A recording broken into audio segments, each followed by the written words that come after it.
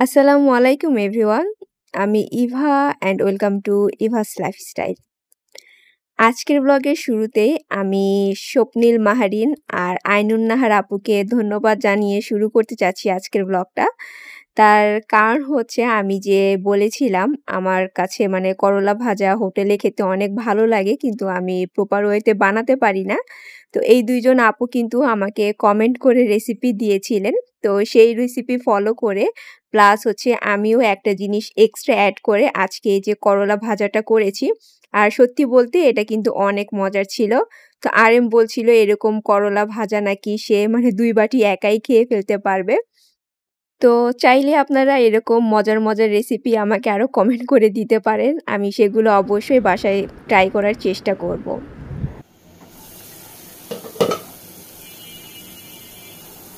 মাঝে মধ্যে মাছ, মাংস কিছুই খেতে ভালো লাগে না। তারপর আবার ডিম ভুনা খেতেও মাঝে মধ্যে একঘেয়েমি চলে আসে। তো ভাবলাম যে আজকে কিছু ফ্রোজেন মানে মটরশুঁটি আছে সেগুলো দিয়ে ঝটপট করে ডিম দিয়ে রান্না করে নেই। আচ্ছা, আমি আমার কিচেন ক্যাবিনেটের এই অংশটুকু না একটু নতুন করে মানে গুছিয়ে নিচ্ছি। তো কিছু জিনিস আছে দেখা যায় আমি রেগুলার ইউজ করার জন্য কিনেছি। কিন্তু ক্যাবিনেটের ভিতরে থাকার কারণে না ওইগুলো বারবার বের করে ইউজ করতে ইচ্ছে করে না। তো মনে হলো এরকম চোখের সামনে রাখি তাহলে ইউজ করা হয়ে যাবে। তো এগুলো গুছাতে, গুছাতে আমি কিছু কথা বলি আপনাদের সাথে। তো লাস্ট ব্লগে হচ্ছে এই দিলরুবা সুলতান আপু বলছিলেন যে, "আপু আপনার বাসাটা তো অনেক সুন্দর।" প্লাস হচ্ছে আরো কয়েকজন আপু এ কথা বলেছেন। জি আপু মাশাআল্লাহ আমার বাসাটা আসলেই অনেক সুন্দর। আমি যদিও আপনাদের সাথে আমার বাসার হোম ট্যুর শেয়ার করিনি কিন্তু ভিডিওর মাঝে আমি এমনভাবে মানে ক্লিপগুলো দেখাই মাঝে মধ্যে দেখা যায় যে আপনাদের হয়তোবা কিছুটা আইডিয়া হয়ে গিয়েছে যে আমার বাসাটা দেখতে কেমন। আর লাস্ট ব্লগে তো আমি একটু ঘুরিয়ে দেখিয়েও দিয়েছি। সত্যি বলতে এই বাসাটার জন্য আমি ৬ মাস ওয়েট করেছি। তারপর হচ্ছে এই বাসাটা পেয়েছি। তো এখন যখন বাসা চেঞ্জ করার আমার মানে কথা মনে পড়েছিল, তখন খুব খারাপ লাগছিল যে আমার এত পছন্দের একটা বাসা আমাকে ছেড়ে যেতে হবে। তো একজন আপু বলছিলেন আমি যখন আফতাবনগরে বাসা ভালো পাচ্ছিলাম না তো উনি বলছিলেন যে বনশ্রী ইএফ এরকম মানে ব্লকে গিয়ে দেখতে সেখানে নাকি সুন্দর বাসা আছে এবং রিজনেবল প্রাইসের মধ্যে। তো থ্যাংক ইউ আপু আমাকে জানানোর জন্য।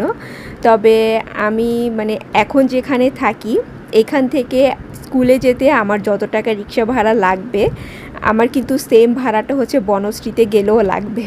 তো আমার কাছে মনে হয় যে বনশ্রীতে গিয়ে থাকাটা আমার জন্য worth it হবে না। আমি আফতাবনগরে থাকতে চেয়েছিলাম। ভেবেছিলাম যে ৪০-৫০ টাকা দিয়ে হয়তোবা রিক্সা দিয়ে যদি মানে যাওয়া আসা করতে পারি তখন আমার অনেকগুলো টাকা সেভ হতো। কিন্তু আমি এখন যেখানে থাকি এখান থেকে হচ্ছে জাস্ট রাস্তা পার হলেই ডিরেক্ট রিক্সা নিয়ে কিন্তু লিয়ানার স্কুলে যাওয়া যায়। আর হচ্ছে মানে ৭০ থেকে ৮০ টাকা লাগে স্কুলে যেতে। তো আমার কাছে মনে হয় যে বনশ্রী থেকে যেতেও এরকম টাকাই লাগবে। কারণ একজন আপু কমেন্ট করে আমাকে লাস্ট ব্লগে বলেছিলেন যে উনি বনশ্রী থেকে ওনার মেয়েকে নিয়ে স্কুলে যায় আর রিক্সা ভাড়াটা হচ্ছে এরকম ২০০ থেকে ২৫০ টাকা লাগে।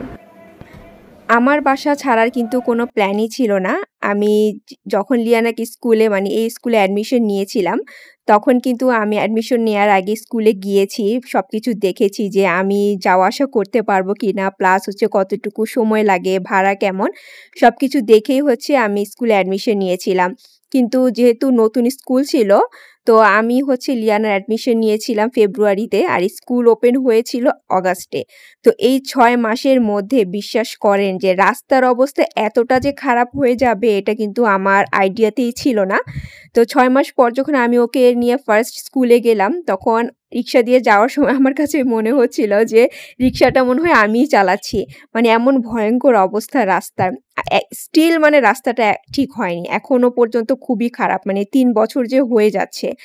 তো তারপরে আমি মানে ফার্স্ট দিন গেলাম। সেকেন্ড দিন যাওয়ার পরই আমি আরএমকে মানে ফোন দিয়ে বললাম ডিরেক্ট যে, "আমি আর ওকে নিয়ে কন্টিনিউ করতে পারব না। তুমি স্কুলের ট্রান্সপোর্ট এরেঞ্জ করো।" তারপর হচ্ছে সে মানে সেদিনই হচ্ছে ফর্ম ফিল আপ করে তারপরে স্কুলের ট্রান্সপোর্টে দিয়ে দিলাম। আর স্কুলের ট্রান্সপোর্ট হচ্ছে আমি রিক্সা দিয়ে যাওয়া আসা করতে যত টাকা লাগবে তার চেয়ে হচ্ছে ৫,০০০ টাকা বেশি লাগবে। তো ভাবলাম যে ৳৫,০০০ র জন্য আমি এত কষ্ট করতে পারব না। তুমি ওকে স্কুলের ট্রান্সপোর্টে দিয়ে দাও। তারপর তো স্কুলে ট্রান্সপোর্টে এখনো পর্যন্ত যাওয়া আসা করে। তো লাস্ট ইয়ার হচ্ছে আপনার অলমোস্ট মানে প্রতি বছরই যেহেতু ইনক্রিজ হয়, তো লাস্ট ইয়ারও ৳২৫০০ বাড়িয়েছে। তো তা ভাবলাম যে আচ্ছা ঠিক আছে বাড়াক। তো এই বছর মানে যখন টিউশন ফিটাও ৳২৫০০ ইনক্রিজ করল, তখন মনে হলো যে হয়তোবা ট্রান্সপোর্টের কস্টটাও বাড়াবে। আর এবার যদি বাড়ায় মানে রিক্সা ভাড়া আমার যা যেত তার চেয়ে মানে ৩ গুণ বেশি আমাকে হচ্ছে ট্রান্সপোর্ট কস্ট দিতে হবে। তো এই কথা চিন্তা করে অনেকের মুখে শুনলাম আফতাবনগর দিয়ে যাওয়া যায়। তো ভাবলাম যে ওইখানে গিয়ে থাকার পর যদি আমার কিছু টাকা সেভ হয়, ৫-৬ হাজার টাকা সেভ হয় তাহলেও তো চলে। এর জন্য আরকি বাসাটা চেঞ্জ করার অ্যাটেম্প্ট নিয়েছিলাম। কিন্তু মানে গুড নিউজ হচ্ছে আমি আর বাসাটা এখন ছাড়বো না আপাতত।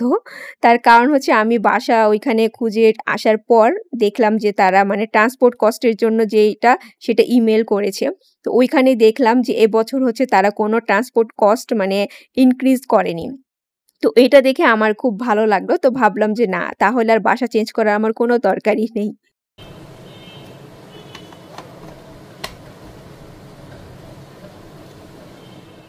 বেশ কিছুদিন আগে একজন আপু আমার কাছে জানতে চাচ্ছিলেন, আমি যে শপিং করি, এই শপিং এর টাকাগুলো কোথায় পাই?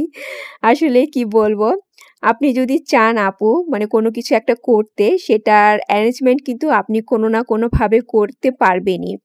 আর যেখানে আমার শপিং এর খরচের কথা আসছে, সেটা হচ্ছে আরেম আমাকে প্রতি মাসে হাত খরচের জন্য কিছু টাকা দেয়।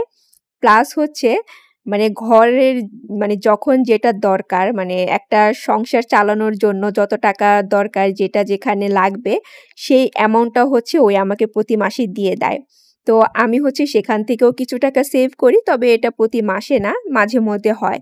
শুধু আমি না যে সকল হাউসওয়াইফ আছেন তাদের হাসব্যান্ডরা যদি ঘর খরচের সমস্ত টাকা দায়িত্ব তাকে দিয়ে দেয় দেখবেন সেখান থেকে কিন্তু সে প্রতি মাসে কিছু না কিছু টাকা কিন্তু সেভ করতে পারবে। আপনার হাতে দিলে আপনি হয়তোবা সেটা পারেন। তো আমিও সেখান থেকে রাখি। সেই সাথে আল্লাহর অশেষ রহমতে এবং আপনাদের উসিলায় আমি এখন YouTube থেকেও তো কিছু পেমেন্ট পাই। তো এই সবকিছু মিলিয়ে আমার কাছে আলহামদুলিল্লাহ বেশ কিছু টাকা থাকে যেখান থেকে আমি আমার শখের জিনিস কিনি, প্রয়োজনীয় জিনিস কিনি এবং মাসে, মাসে কিছু টাকা সেভ করি। তবে যে টাকাগুলো আমি সেভ করি সেগুলো কিন্তু একদম একবারে সব খরচ করে ফেলি। যখন আমি হচ্ছে টাকা জমিয়ে নিউ মার্কেটে যাই তখন।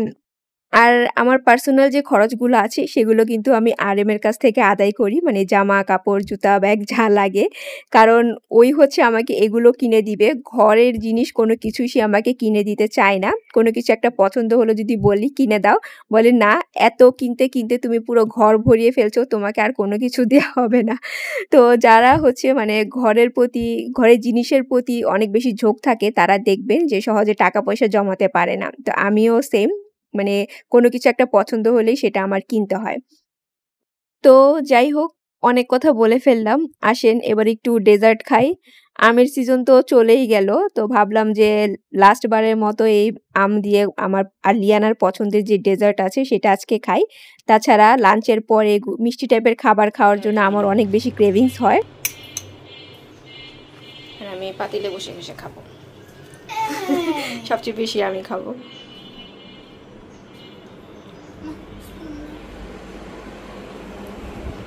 দেখো তোমাদেরকে অল্প দিয়েছি আর আমি পুরো পাতিল ধরে নিয়ে এসেছি।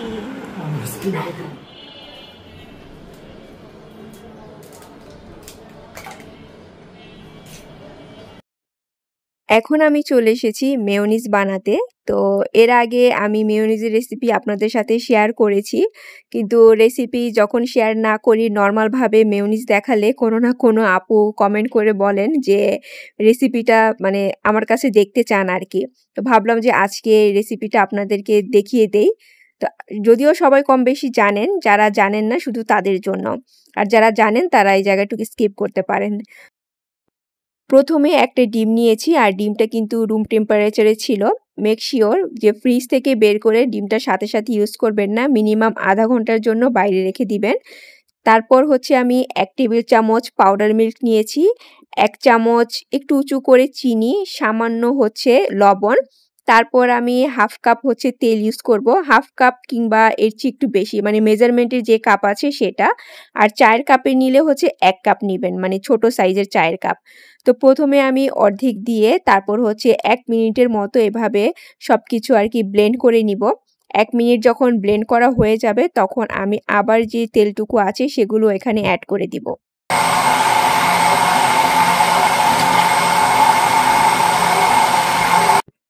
ফর দ্য ফার্স্ট টাইম আমি আজকে হ্যান্ড ব্লেন্ডার দিয়ে মেয়োনিজ বানাচ্ছি। অন্য সময় কিন্তু আমি হচ্ছে যে নরমাল ব্লেন্ডার সেটাতে বানাই। আর ওই ব্লেন্ডারে বানালে দেখা যায় ২ থেকে ৩ মিনিটের মধ্যে আমার যে মেয়োনিজ আছে সেটা কিন্তু রেডি হয়ে যায়।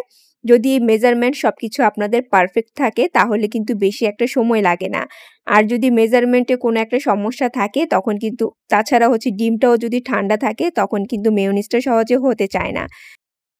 তো খেয়াল রাখবেন একটা ডিমের মধ্যে ১ টেবিল চামচ অথবা ১.৫ চা চামচ পাউডার মিল্ক, ১ চামচের একটু বেশি হচ্ছে চিনি, সামান্য লবণ আর হাফ কাপের একটু বেশি কিংবা হাফ কাপ হচ্ছে তেল ইউজ করে তারপর আপনারা মেয়োনিজটা বানিয়ে নিতে পারবেন। আর তেলটা অবশ্যই হচ্ছে ২ বার থেকে ৩ বার ইউজ করবেন। আমি সবসময় ২ বারে তেল ইউজ করি।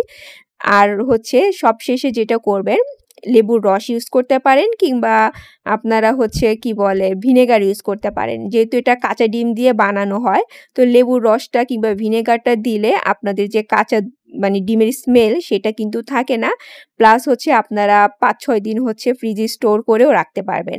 তো আমি ভিনেগারটা ইউজ করি না। আমি হচ্ছে যে লেবু সেটা ইউজ করি। কারণ লেবুর যে একটা ফ্লেভার কিংবা স্মেল সেটা আমার কাছে মেয়োনিজের মধ্যে খুব ভালো লাগে। আর লেবুর রস কিংবা ভিনেগার যেটা ইউজ করেন না কেন, শেষের দিকে করবেন। করে তারপর হচ্ছে 30 সেকেন্ডের মতো আবার একটু মিক্স করে নিলেই কিন্তু আপনাদের মেয়োনিজটা রেডি হয়ে যাবে। তবে আপনারা কি ব্লেন্ডার ইউজ করছেন আর কি মানে হ্যান্ড ব্লেন্ডার ইউজ করছেন এটার উপর ডিপেন্ড করবে আপনাদের মেয়োনিজটা হতে কতটুকু সময় লাগবে। তা আমি যে আজকে হ্যান্ড ব্লেন্ডার ইউজ করেছি দেখেন এটা দিয়েও কিন্তু পারফেক্ট সুন্দর একটা মেয়োনিজ হয়েছে কতটা থিক আর সময়ও কিন্তু বেশি লাগেনি। আমার নরমাল ব্লেন্ডার দিয়ে করতে যতটুকু সময় মানে লাগতো এখন এই হ্যান্ড ব্লেন্ডার দিয়েও করতেও কিন্তু সেম সময়ই লেগেছে। আর আমার কাছে হ্যান্ড ব্লেন্ডার দিয়ে করাতে বেশি ভালো লেগেছে কারণ ওই ব্লেন্ডারে আমার কাছে মনে হয় বেশি জিনিসপত্র বের হয়। মানে ঝামেলা লাগে ওয়াশ করতে। আমাকে মেয়োনিজ বানাতে দেখলে অনেক আপুরা এটাও কোয়েশ্চেন করেন যে আমি কোন ব্লেন্ডার ইউজ করি। তো আমি যে ব্লেন্ডার ইউজ করি সেটাও হচ্ছে মিয়াকোর। আর এখন যে হ্যান্ড ব্লেন্ডারটি ইউজ করছি এটাও মিয়াকোর। তো আপনাদের ব্লেন্ডার দিয়ে যদি পারফেক্ট মেয়োনিজ না হতে চায় তাহলে আপনারা এরকম একটা হ্যান্ড ব্লেন্ডার কিন্তু কিনে নিতে পারেন।